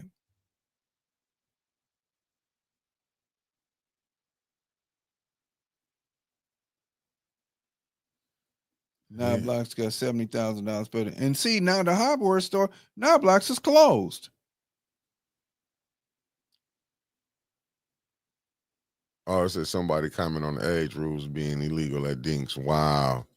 But who cares? Listen, Yeah, if I'm the owner and I say I only want a certain level of people in here, I have that right. Because I think Roadhouse is more of like the older crowd, like what we would be at. I think the one on Saginaw Street on the north side is more for the young kid. But I think downtown is going to be, it's a sports bar. You know what I'm saying? So still, even at that, it should be, if I say that I don't want certain, okay, my niece works at a restaurant right there on Fenton Road, right there by the Secretary of State. Real nice place. We had went in there for dinner, bro, shirt and tie. That's it. And it should be. Yeah. If this is what the owner wants, then there should be no problem with that. Yeah. If this is what they want, that's fine. And the people, but see, that's the stupid shit that people protest. Because you want to do what you want to do instead of abiding by a rule. If I own it and I say nobody under 25, you can't protest that. It's my spot. No. You ain't got to show up. Right. But what the hell you want to protest it for? Nah, me and my uncle, Michael Shumper, who owned 98.9, the people knew he didn't play rap on it when he was alive. See, you certainly didn't. Him used to stay into it. I was like, man, how are you going? Don't you see 93.7? Like, but he was like, I got it because I want to play the music. I like listening to, and I was like, that's why I don't listen to you. Right, see? Right. But he had a standard and he held to it. Right. And what we're not doing is we keep on, what do they call it? Drawing the line in the sand, moving it back. Hell, that's like negotiating with your child about what time they go to bed. I said 9 o'clock. Right. I don't give a damn if you decide that you want to stay up, but your ass in bed at 9. Okay, well, you want to draw the line in the sand? I'm going to stay up longer? Okay, now your ass in bed at 8. Okay, Devlin said, the person said, unless it's a problem. I mean, well, they're going to always try to come up with But it's if the rules state that I said, just like I was talking about that dinner place over there, and I think it's called Social something or other. They said, come in shirt and tie. Now, one time we saw sitting in there, some dudes at the bar, he come in there from playing soccer. I pointed to the owner. I said, if you're going to make it so that shirt and tie, then you got to do it across the board. You know what he did? Hey, man, take your stuff to go. You said shirt and tie. You can't sit at the bar like this. This is what we want. I mean, I get it. No, I get what you're saying. And it's owned by white folks. Food good, no problem. But you gonna sit around there and tell this brother that if I say 25 and up and you come in a certain way, that he got to change. That's bullshit. You out of order.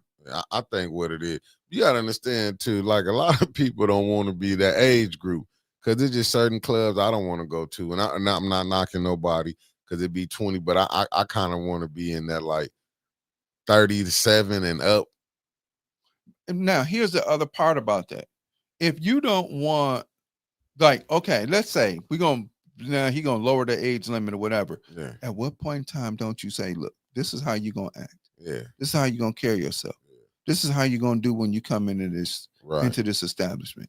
And if you don't, we're gonna politely escort you out. It's okay to do that, because you also have to. I ski with young people and older people. Guess what? When we go somewhere, young folks ain't, and sometimes older people can be rowdy too. So I'm not knocking that. Facts. And have been there, done that. Right. But with the younger people, hey, look, you're not gonna run around through here. You're not kids are. They want to run everywhere. Run your little ass outside in the snow. Right. No, I get it. You know what I'm saying? Yeah, so you got to sit around there and say, I'm going to teach you how that you should act. No different than quote unquote 8-10 day. Right. Instead of people saying, we going to run. I saw Mama Soul at Juneteenth when they wanted to go. Mama Soul and some other brothers and sisters stood there and challenged the young people to act a certain way. Right. Why are we not doing that? Why you think they have dress codes?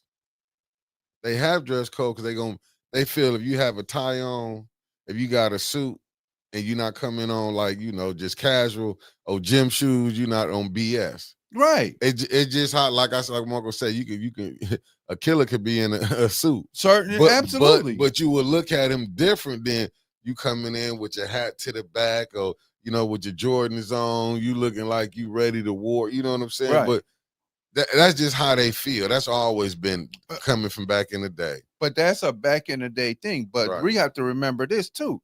Back in the day, how did we dress? We didn't want you dare not think, Sunday you come into church in the jeans unless you had a suit on. It better be a jean suit. Yeah, no, they ain't done they come as you are, mean how you are spiritually, not come dressed like you just came from the damn club. Right. Let's get that real clear. Right. That's what that means. Right. That don't mean come in and I fell out Saturday night and I didn't wake up until I went to the after hours club. Sunday school started at 9. I'm just barely getting dressed, wash my hands, face, brush my teeth, threw some water underneath me, and then I'm coming in from this. No. That ain't what that means. That's how people interpreted it, which is a wrong interpretation. Right. I mean, how in the hell you go to school like Tuskegee, who was mentioned by Brother Mark, I think. So you go to, and you think that if Booker T. Washington wore a shirt and tie, and Dr. George Washington Carver wore a shirt and tie, and all these professors and women that was in there as professors wore shirt and ties, and all this other stuff, that you weren't gonna wear one? Hidden colors. Them sisters was dressed to the nine all the time. Did you see how did they dress back then? Go look at Emmett Till. He was even with him, he was still dressed. Yeah, most of the kids had shirt and tie back then. So we lost it. Let's say, well, we can do this because we've been influenced by what we call hip hop culture, which is not a culture. It's a denigration of culture because it has no standard anymore. Look at it. Listen to the music. Nah, yeah. I'm not saying that we didn't talk about stuff, but it was hidden in the message. Yeah. You know, understand when James Brown was Santa Claus was coming to the ghetto, he was talking about this is where I lived at, but he wasn't talking and coming down the chimney. That was your daddy. Yeah, if you facts, like I said, my old man, we didn't believe, he did this Christmas stuff, but like I said, you knew who did your man. Christmas. You was clear. We wasn't buying that. Saint Nick BS coming down. No, hell no. Yeah, my uncle, I remember he said that I got in trouble for telling like I knew who Santa Claus was. Right. But my uncle used to say this, like, I'm not gonna give no another man no credit for what I go out there and do. It's like, that's crazy. You teaching your kids to lie. Right. Already. But see, we don't see that. But see, there's the propaganda of the BS that we're teaching them. Like you teaching them tooth fairy stuff. Right. You teach them all of this other stuff. Right. And one of my teachers who wrote a book talking about genocide and holidays, who was talking about how we're sitting there giving millions and billions of dollars. We're going to spend crazy money on outfits between now and Friday. We're going to spend in candy and outfits and drinks and parties. We're going to spend crazy money. About to go ham. Black Friday. We're going to go spend crazy money on stuff that they couldn't sell, that they reduce so that we can turn around and buy it in order to make sure that they make a profit. And then we're going to be up at 4:00 in the morning to be trampling through a damn store to buy one item and fight people over an item. I don't need it. Right. And people will show their ass. So complete show their ass. Yeah, this is what they do. But see, this is the game that we've been put in, and they don't want nobody woke up out of this matrix. No, hell no, because the more will you go into yeah, hell yeah. I don't care nothing about what club I go to. I mean, neither. I pop I up. can pop up in there. I don't have no problem. And guess what? And most of them, I probably know or know their parents or know something like that. And I'm not going to stop them from having fun. I'm going to stop them from letting stuff get out of order.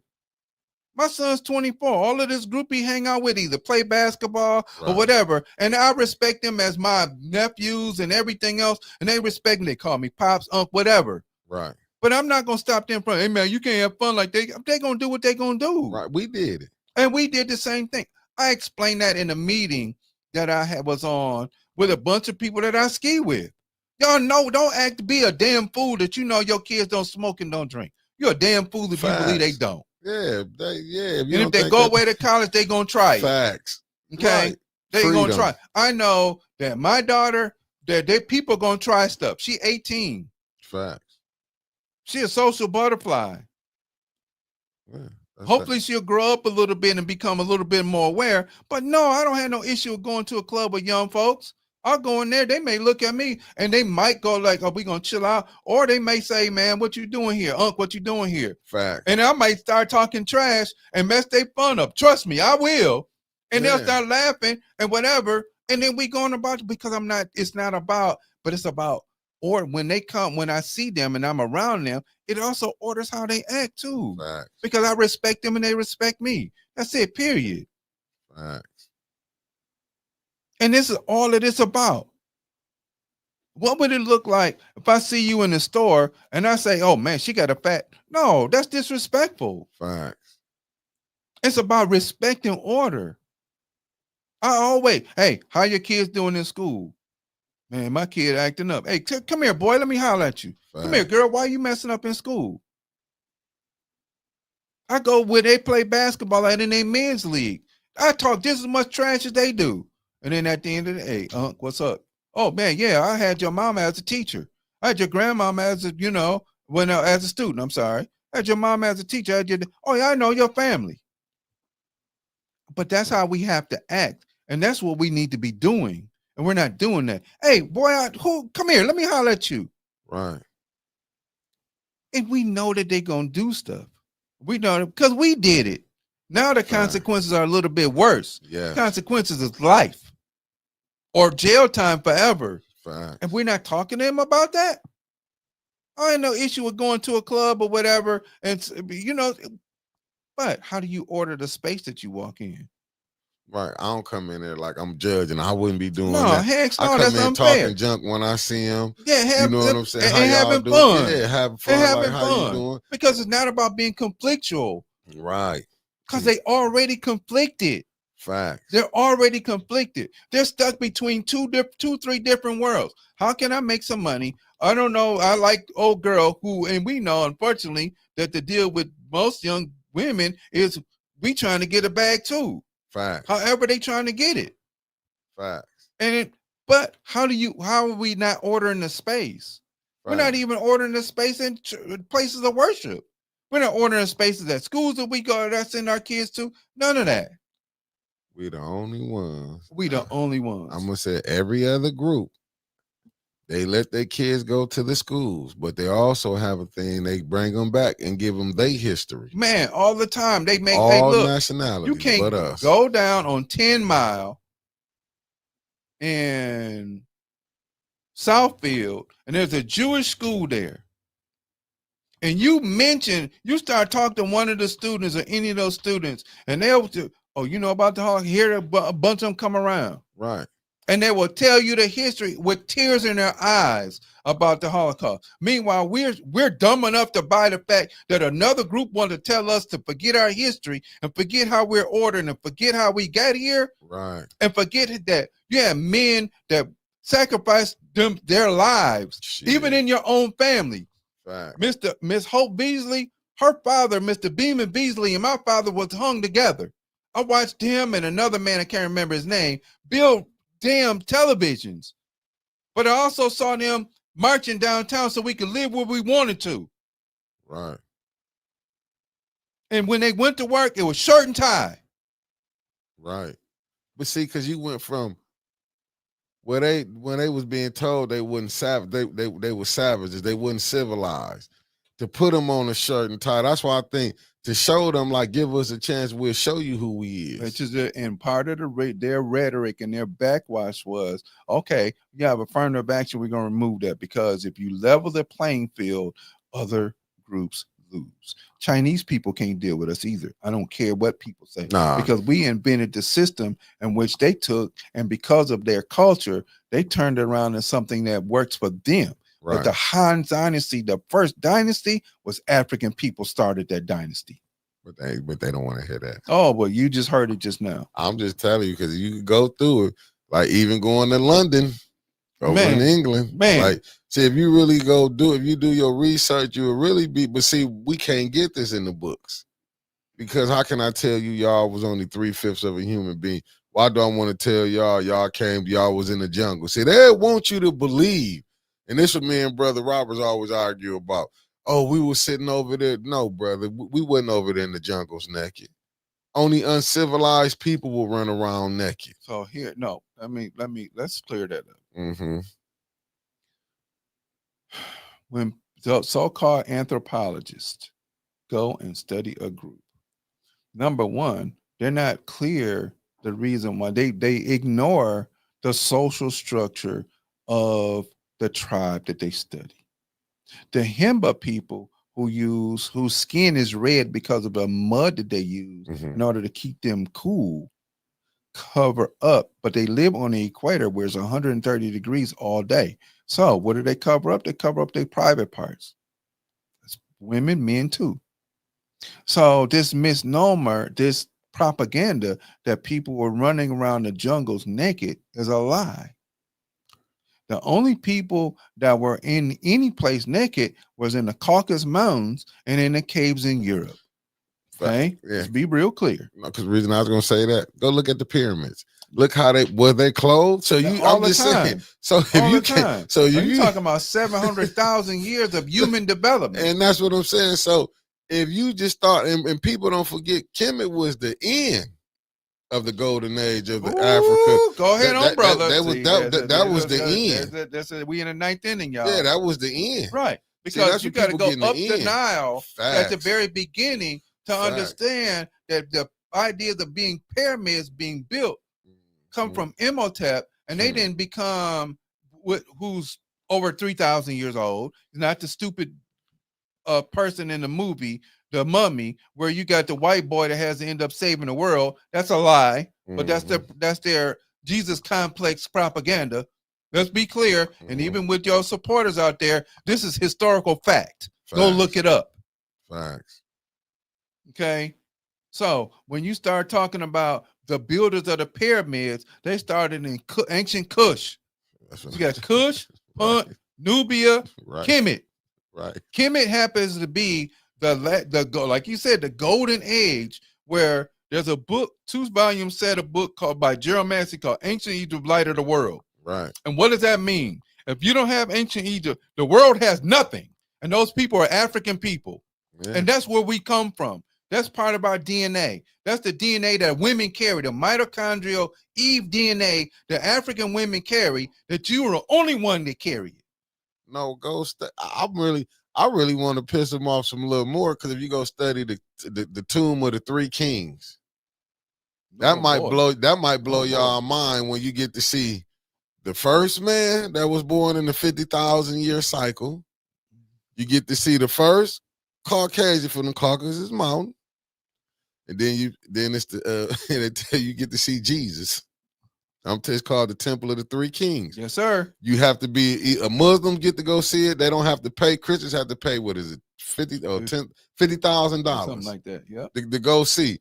They said people was committing suicide. They found out when they went in and seen they was committing suicide.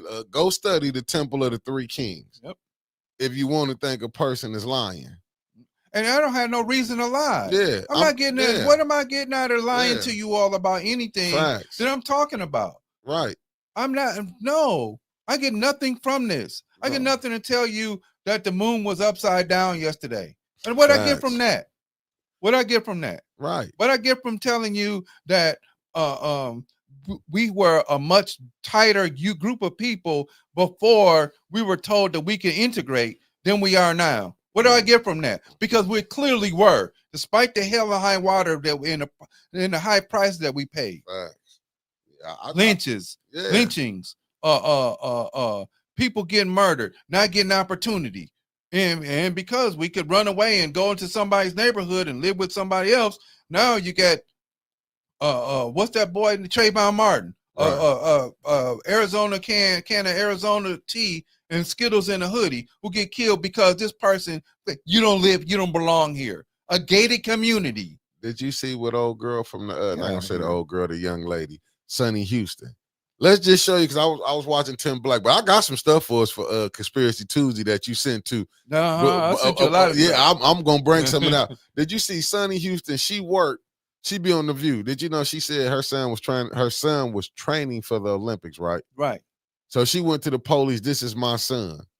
But what Sonny forgot to tell the people, what neighborhood you live in. So why would you go move to that area? Right. Why would you go move to that area? See, this just show you where we at. Now, you think Jews gonna go move to an area where they don't want them at? If you tell me I don't want you, why am I going there? Why not go to the place where you're wanted and people kind of accept you and order the neighborhood? Right. I still walk around the neighborhood. Hey, OG, what's going on? Pop, what's happening? You good? Hey, man, how y'all doing? Yeah. Oh, yep, you got your puppy still? Yep. He did. Oh, she big now. Yep. Yeah. How y'all doing? How's the family? Yeah. How hard is that? We don't have these raggedy ass political leaders and these raggedy ass church leaders not doing that, and y'all still going up there giving your hard-earned money. How crazy as hell. Crazy as hell. I'm telling you, go ask y'all pastors. Start bringing some of these to y'all pastors. Man, please. Take them to school. That's the reason why we here. Yeah, we're not giving them because them motherfuckers not listening. Yeah, give them the history lesson. Right, they not listening. Since y'all really want to know, do you know even the church over there in Rome don't even celebrate how they celebrate it over here? Nothing. They don't celebrate any of that stuff. And they're the richest city. They're not a religious institution. It's called Vatican City for a reason. Right. They are the richest city in the world because guess what the Catholics do? They gather their money and they send it over there every damn week. There were billions of dollars. They got texts and books from where they were stolen from the libraries and what they now call Alexandria. And they got their own university here called Notre Dame. Holiday Inns. Notre Dame. Yeah, Holiday Inns. Who you think own that? See, people not really understanding. That's why I said, if you go study, do some real studying. Go find out who Utmost the Third is. Some say it was Moses or Musa.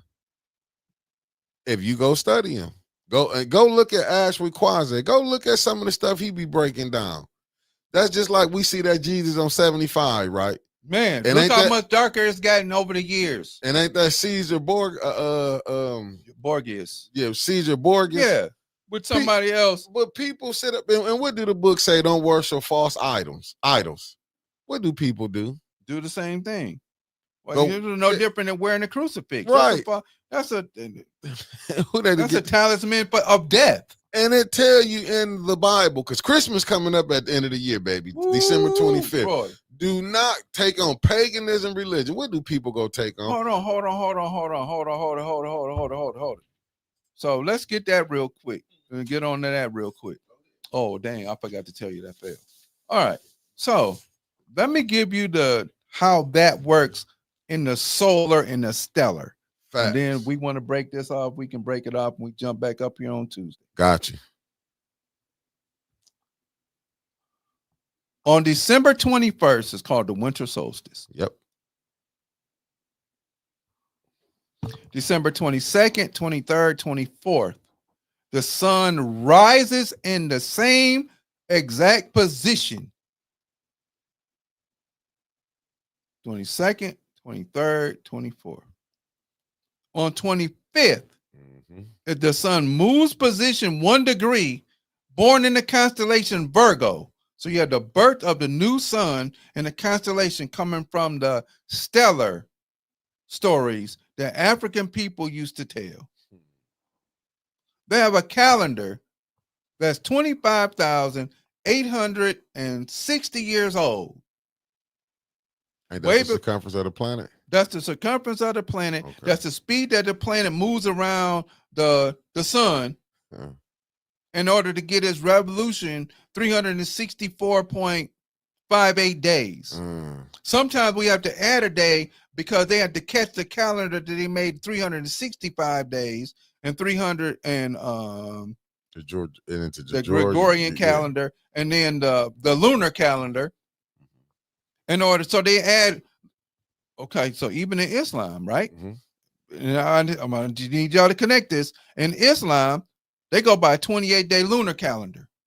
So whenever they have Ramadan, it's not on the same day all the time, every single year. Because Ramadan is based upon when this moon cycle is. So all of this religion is based upon what's happening in the world, not based upon what the hell people are doing. It's based upon either what's going on solarly with the sun, stellarly with the stars, which is where you get that calendar that's 25,000-year-old calendar, or lunarly with the moon. Those are our nature. Religion is based on nature. It's because religion only because of the dogma man had put in to control other fucking people. You know, on that note. And we out. We got something for y'all. The special Friday at 4:30. We're gonna get to this paganism. We're gonna do. All right, family. We're gonna mess their Halloween. But if y'all want to parade, some of you ladies want to parade y'all costumes. Okay, I'm sorry. My fault. We not mad at y'all. We ain't mad at you. Just show us so we can critique and the reason why Bugs Bunny don't exist. Facts. All right, family. Peace. And a rabbit don't lay eggs. And man, a rabbit don't lay eggs.